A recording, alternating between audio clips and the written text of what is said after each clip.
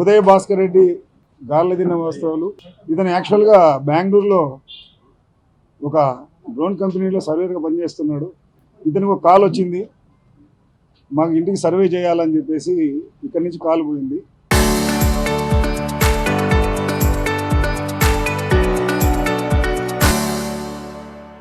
ఆ నెంబర్ వాళ్ళు కలెక్ట్ చేసుకున్నారు, ఎట్లా కలెక్ట్ చేసుకున్నారో తెలియదు.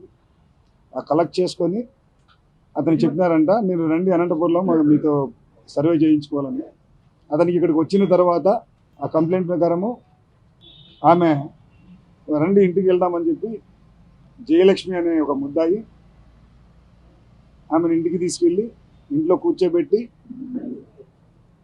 మాట్లాడి కొంతసేపు మాట్లాడిన తర్వాత వీళ్ళిద్దరూ ఒక అండర్స్టాండింగ్కి వచ్చి ఒక న్యూడ్గా టైంలో ఆ తలుపులు దెబ్బుకొని ఒక ముద్దాయి ఇంకో ముద్దాయి ఇద్దరు కలిసి ఒక కత్తి తీసుకొని లోపలికి బయలుదేరడం జరిగింది. దాంట్లో A4 వచ్చేసి రాజేష్ అనే అతను ఈ కత్తి వాడడం జరిగింది. ఆ రాజేష్ అనే అతను రంగమ్మ అని చెప్పేసి అలియా చిన్ని అని వీళ్ళిద్దరూ లోపలికి ఎంటర్ అయినారు. వీళ్ళు ప్లాన్ ప్రకారమే ఆ డోర్కి లాక్ చేయకుండా పెట్టుకున్నారు. వాళ్ళు ఎప్పుడైతే ఈ విధంగా నీరుకి వచ్చినారో ఇమ్మీడియట్గా డోర్ ఓపెన్ చేసుకుని లోపలికి వెళ్ళిపోయేసి వీడు రాజేష్ అనేటోడు ఆమె భర్తగా యాక్టింగ్ చేసినాడు. ఈ పోయేసి భార్య మాదిరి నాకు కొట్టి ఆమెని ఇవేమి ఇట్లాంటి పనులు చేస్తున్నావు అంత అని చెప్పేసి తర్వాత ఈ రంగమ్మ అనేట ఆమె మీడియేటింగ్ చేసింది పెద్ద మనిషి మాదిరి. రే ఇంత అయిపోయిందిరా, దాని సంసారం నాశనం అయిపోతుంది, మనకి నేను మీడియేటింగ్ చేస్తాను, నేను మాట్లాడతానని మధ్యవర్తిగా తీసుకెళ్ళి అతని దగ్గర ఒక 4 లక్షల రూపాయలు తెప్పించుకొని 4 లక్షల రూపాయలకి సెటిల్మెంట్ చేసినారు. ఇతను బయటికి రాలేదు. యాక్చువల్గా ఇది జరిగి 4 నెలల క్రితం జరిగింది. ఈ విషయం జరిగి అతనేం చెప్పుకోలేదు ఎవరికి. దాని తర్వాత వాళ్ళ బంధువు ఉమాదేవి అని ఒక అమ్మాయి ఉంది. ఆ అమ్మాయి కొద్దిగా తిరుగుతూ ఉంటే ఆ అమ్మాయిని కూడా ఈ ట్రాప్లో వీళ్ళ గ్రూప్లోనే వాడుకుంటున్నారని ఇతనికి తెలిసింది. ఎందుకంటే ఈ విధంగానే ఫోన్ నెంబర్లు ఇవ్వడం, ఫోన్ చేయించడము, వాడు వచ్చిన తర్వాత ఈ విధంగా చేస్తున్నారని ఇతను తెలిసిన తర్వాత అక్కడి నుంచి వచ్చి ఇతను తెలుసు కాబట్టి ఇన్సిడెంట్ ఆ అమ్మాయిని కూడా పిలుచుకొని ఈ విధంగా చేయొద్దు, ఇప్పటి నుంచి మానుకొని చెప్పినాడు. ఆ విషయంలో ఈ రంగమ్మ మిగతా వాళ్ళకు ముద్దాయిలు వచ్చేసి ఎవరైతే ఈ ఉమాదేవి ఉందో ఆమె ఇంటికాడే పోయి గలాటా చేసినారు.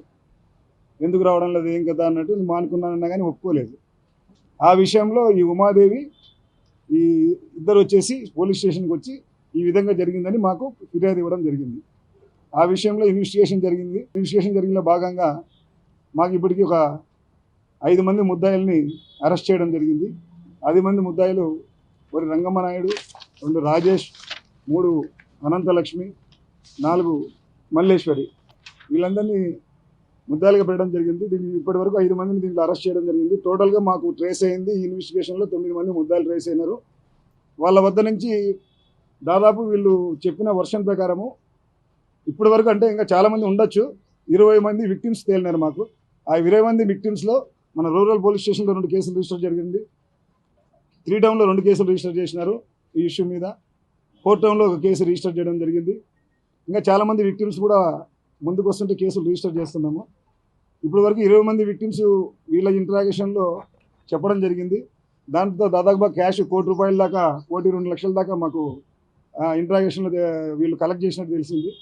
దాంట్లో ఇప్పటి వరకు మేము ప్రజెంట్ అయితే మేము వాళ్ళని అరెస్ట్ చేసే టైంకి 13 లక్షలు రికవరీ చూపిస్తున్నాము. తర్వాత వాళ్ళ బ్యాంక్ అకౌంట్స్ సీజర్స్, వాళ్ళ అసెట్స్ సీజర్స్ అన్నిటికీ లెటర్స్ పెట్టినాము. తర్వాత కూడా వీళ్ళని పోలీస్ కస్టడీ తీసుకొని మిగతా ప్రాసెస్ అంతా కంప్లీట్ చేస్తాము. యాక్చువల్గా ఇది ఏం జరిగిందంటే ఇది ఒక 8 నెలల నుంచి 9 నెలలకు మన ఏరియాలో జరిగింది. ఈ రంగమ్మ నాయుడు మీద యాక్చువల్గా 20లోనే మన తిరుపతిలో ఒక ఫారెస్ట్ ఎంప్లాయీని ఈ విధంగా హనీ ట్రాప్ చేయడం జరిగింది. అప్పుడు కేసు కూడా రిజిస్టర్ చేసినారు. దీంట్లో ఉన్న ముద్దాయిలు దాంట్లో కూడా ఉన్నారు ఆ కాలంలో ఆ కేసులో. అప్పటి నుంచి స్టార్ట్ చేసినారు. కానీ మనకి ఇక్కడ వెలుగులోకి వచ్చింది వీళ్ళు స్టార్ట్ చేసింది గత 8-9 నెలల నుంచి స్టార్ట్ చేసినారు మన ఇంట్రాగేషన్లో. ఈ 8-9 నెలల్లో చాలామంది ఫోన్ నెంబర్లు కలెక్ట్ చేసుకునేది.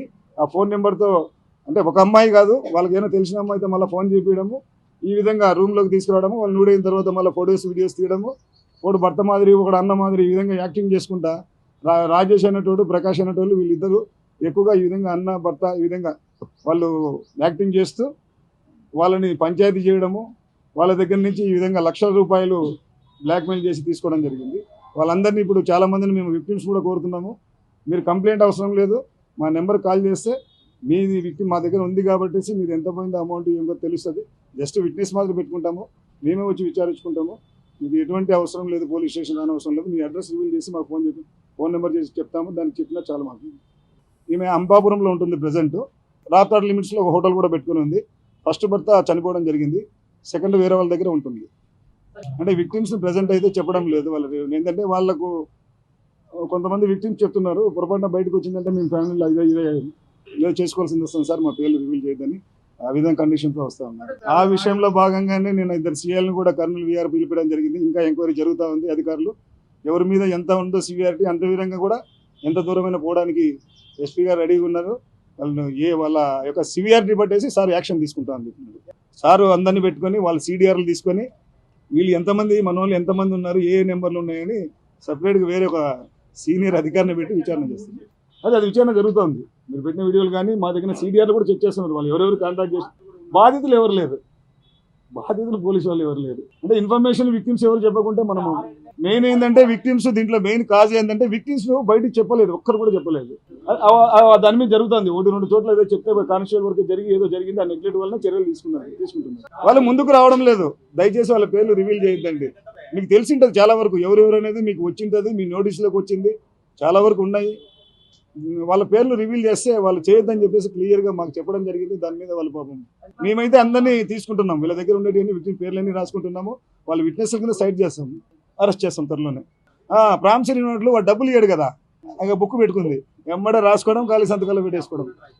డబ్బులు 5 లక్షలు, 1 లక్ష, 2 లక్షలు రాపించి వాడు డబ్బులు క్యాష్ తీసుకోబోడు కదా, ఇది రాపించుకుంటారు. దాని తర్వాత వాడిని బ్లాక్మెయిల్ చేసి ఇస్తావా లేకుంటే ఏం కదా ఇది అది 2 కలిపి ఇవన్నీ తీసుకుంటారు. ఇవ్వడం కొద్దిగా లీగల్ పోతే ఇది ఆల్రెడీ మాకు బాగున్నారు సార్ సమ్ చేసింది, బీజేపీలో ఫోటోలు కానీ చేసింది. ఇంకా పొలిటికల్ ఫలానా క్యాడర్ అంటే ఏం లేదు దానికి. చాలాసేపు కొన్ని పార్టీల్లో వాళ్ళు లీడర్లుగా కూడా వ్యవహరించి మహిళలను కొంతమందిని అందరితో పాటు ఫోటోలు దిగడం, లీడర్లతో పోలుకొని అయిన ఉన్నాయి. దానికి సంబంధించిన సెక్షన్స్ 386 ఎక్స్ట్రాక్షన్ అంటే కత్తితో బెదిరించి డబ్బులు తీసుకోవడము, ఇట్లా విధంగా చీటింగ్ చేయడం సెక్షన్లు అయితే స్ట్రాంగ్ ఉన్నాయి. దీంట్లో యాక్చువల్గా మీకు చెప్పాల్సింది ఏంటంటే రంగమ్మ నాయుడు ఫస్ట్ మేము లిఫ్ట్ చేయడం జరిగింది A1ని. కొద్దిగా లీగల్ పొజిషన్ అంటే ముందే కోర్టుకు ప్రొడ్యూస్ చేసినాము, రిమాండ్ తీసుకున్నారు, జైల్లో కూడా ఉన్నారు. మళ్ళీ పోలీస్ కస్టడీ చేసినాం ఈరోజు, ఆమెను తీసుకుని మళ్ళీ స్టార్ట్ చేస్తాం. దానికోసం స్టాండర్డ్గా దీనికి ఒక హై లెవెల్ ఆఫీసర్లను పెట్టాము ఇన్వెస్టిగేటింగ్. బ్రోతల్ కేసు వీళ్ళ మీద అంటే 4-5 కేసులు ఉన్నాయి, కానీ బ్రోతల్ కేసు మీద రిజిస్టర్ కాలేదు. రంగమ్మ మీద అక్కడ 4-5 కేసులు ఉన్నాయి, ధర్నా చేసినట్టువి, ఇలాంటి పోయి కొట్టిన 323 ఒకటి, అట్లా 5 కేసులు ఉన్నాయి రంగమ్మ మీద. బ్రోతల్ కేసులు అనేది వీళ్ళు వాడుకున్నారు కదా, కొంతమంది అమ్మాయిల్ని, అందరు అమ్మాయిలు వాడుకున్నారు. కొంతమంది ఆ విధంగా తిరుగుతూ పాత కేసులు ఉండటాన్ని వీళ్ళు ఆర్గనైజింగ్, వాళ్ళు ఏడన్న పాపం రోడ్ల మీద అక్కడ ఏమైనా తిరిగేటోళ్ళని పరిచయం చేసుకొని వాళ్ళతో కూడా కొంతమంది చేపించినారు. పేర్లు రివీల్ చేయడం అవసరం లేదు. వాళ్ళ మీద అయితే కేసులు ఉన్నాయి, ప్రాస్టిట్యూషన్ కేసులు ఉన్నాయి. వీటిలో వీళ్ళు సెలెక్ట్ చేసుకొని వాళ్ళకి వీళ్ళు నెంబర్ కలెక్ట్ చేసుకుంటారు. వీళ్ళు లీడర్లు మల్లేశ్వరి రంగమ్మని ఇద్దరు ఆ నెంబర్ కలెక్ట్ చేసిన తర్వాత అతనికి ఇస్తారు. అదే అమ్మాయికి ఇచ్చేసి ఫోన్ చేయండి అని అమ్మాయితో ట్రాప్ చేయించి వీళ్ళు ఆల్రెడీ ఈ డ్రామా, ఈ హౌస్ ఇవన్నీ ముందే రెడీ చేసుకుంటారు కాబట్టి వాళ్ళు ఆ విధంగా